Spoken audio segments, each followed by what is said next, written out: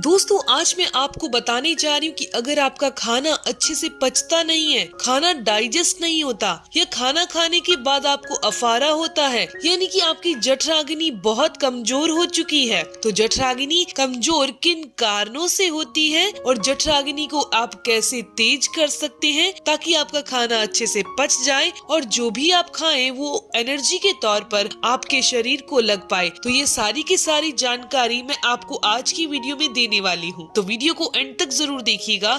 ये वीडियो ज्यादा से ज्यादा 5 से 6 मिनट की रहने वाली है। दोस्तों वीडियो में आगे चलते हैं उससे पहले मैं आपको बताना चाहती हूँ कि अगर आप बहुत पतले हैं, अपने वजन को बढ़ाना चाहते हैं या फिर बहुत मोटे हैं, अपने वजन को घटाना चाहते हैं, तो स्क्रीन पर एक नंबर दिखाई दे रहा है, उसके व्हाट्सएप पर आप मुझे यस लिखकर भेजिएगा, मेरी कॉल आपके पास जरूर आएगी। जठराग्नि जो कि हमारे स्वास्थ्य का आधार है, क्योंकि हमारी जठराग्नि ठीक से काम नहीं करती तो हमारा पाचन तंत्र बहुत खराब हो जाता है, अव्यवस्थित हो जाता है, जिससे आपके शरीर के अंग अंग पर प्रभाव पड़ता है, क्योंकि पूरे शरीर के प्रत्येक अंग को विशेष पोषण की जरूरत होती है और वो पाचन तंत्र के दुरुस्त होने पर ही मिल पाता है। अगर शरीर को पोषक तत्व नहीं मिल पाएंगे तो हम स्वस्थ नहीं रहेंगे, हम अपनी स्वास्थ्य की कल्पना भी नहीं कर सकते। इसीलिए हमारे विद्वानों ने कहा है कि जिनकी जठराग्नि मंद होती है वो मृत आदमी के समान है। हमारे शरीर के जितने भी रोग होते हैं उनका सबसे बड़ा कारण हमारी जठराग्नि का यानी कि पाचन तंत्र का कमजोर होना बताया गया है। अगर आप भी अपनी जठराग्नि को यानी कि पाचन तंत्र को मजबूत बना लेते हैं तो चाहे आपको कोई भी समस्या नहीं है या फिर कोई बीमारी हो चुकी है तो आप सारी उम्र इन बीमारियों से बचे रहेंगे, और बीमारी हो चुकी है तो बहुत जल्दी उसे दूर कर पाएंगे। तो अब जानते हैं कि जठराग्नि कमजोर क्यों पड़ती है और इसे तेज कैसे किया जा सकता है, और साथ में जानते हैं कि जठराग्नि का काम क्या है। तो जठराग्नि के काम की बात की जाए तो ये हमारे पाचन को बेहतर करती है। आप जो भोजन करते हैं उसका पचना जठराग्नि पर ही आधारित है। अगर आपकी जठराग्नि मंद हो चुकी है तो भोजन पचेगा नहीं, वो पेट में जाकर सड़ जाएगा और बिगड़ जाएगा, जिसके कारण कई बार देखा जाता है कि इंसान का मन उदास हो जाता है, मानसिक रूप से वो परेशान हो जाता है जब खाना पचता नहीं है और पेट में सड़ने लगता है। शरीर के अंदर उत्साह खत्म हो जाता है, बाल भी ताकतवर नहीं रहते, शरीर में फुर्ती और एनर्जी भी खत्म हो जाती है। तो सबसे पहले मैं आपको बताने वाली हूँ कि किन किन कारणों से हमारी जठराग्नि मंद पड़ती है। इसमें सबसे प्रमुख कारण होता है जो ज्यादातर लोग गलती करते हैं, बिना भूख के भोजन कर लेना। अब खाना बन गया है तो चलो खा लेते हैं, खाना खाने का समय हो गया है इसलिए खाना खा लेते हैं, अब हमें इच्छा हो रही है इसलिए खाना खा लेते हैं, या फिर हमारी पसंद का खाना बना हुआ है और बिना भूख के खाना खा लेते हैं। तो ये सभी की सभी आदतें जो हैं वो हमारी जठराग्नि को कमजोर कर देती है, प्रभावित करती है। आपने जब कुछ खाना खाया तो हमारे शरीर की जो जठराग्नि है वो इस कार्य पर लग जाती है कि इस खाने को पचाया जाए, लेकिन कई बार हम ये गलती करते हैं कि ऊपर से और खाना खा लेते हैं। अब हमने ऊपर से और डाल दिया तो जो ऊपर से और डाला है वो पड़ा पड़ा सड़ जाएगा। जो लोग ऐसे करते हैं उनको अजीर्ण की समस्या हो जाती है। अजीर्ण का मतलब है कि वो जब भी कुछ भी खाते हैं, चाहे वो पहली बार ही खा रहे हैं, फिर भी उनको पचना बंद हो जाता है। और हमारे आयुर्वेद में तो एक सिद्धांत ही है कि हमारे पेट के 4 हिस्से होते हैं।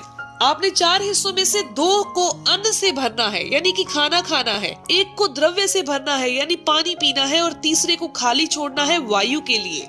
अगर हम चारों हिस्से खाना खाकर भर लेंगे तो हमें स्थान ही नहीं बचेगा जिससे खाना पच सके और पाचक रस बन सके, जिसके कारण जठराग्नि कमजोर पड़ जाती है। अगर हम रोजाना ऐसे ही खाना खाते रहे यानी कि पूरा भरकर पेट खाना खाते रहे तो हमारे अंदर गैस बननी शुरू हो जाती है, फॉर्मेटेशन बॉडी में होने लगती है, पेट में होने लगती है, यानी कि खाना सड़ने लगता है। आपका भोजन जो है वो ठीक से पच नहीं पाता। खराब भोजन करना हमेशा गलत रहेगा और भारी भोजन करना भी गलत रहेगा जो जल्दी पचता नहीं है और हमारे दिमाग को एक चिंता का कारण दे देता है। अब मैं आपको बताने जा रही हूँ जठराग्नि को तेज करने के लिए कौन सा इलाज करना है।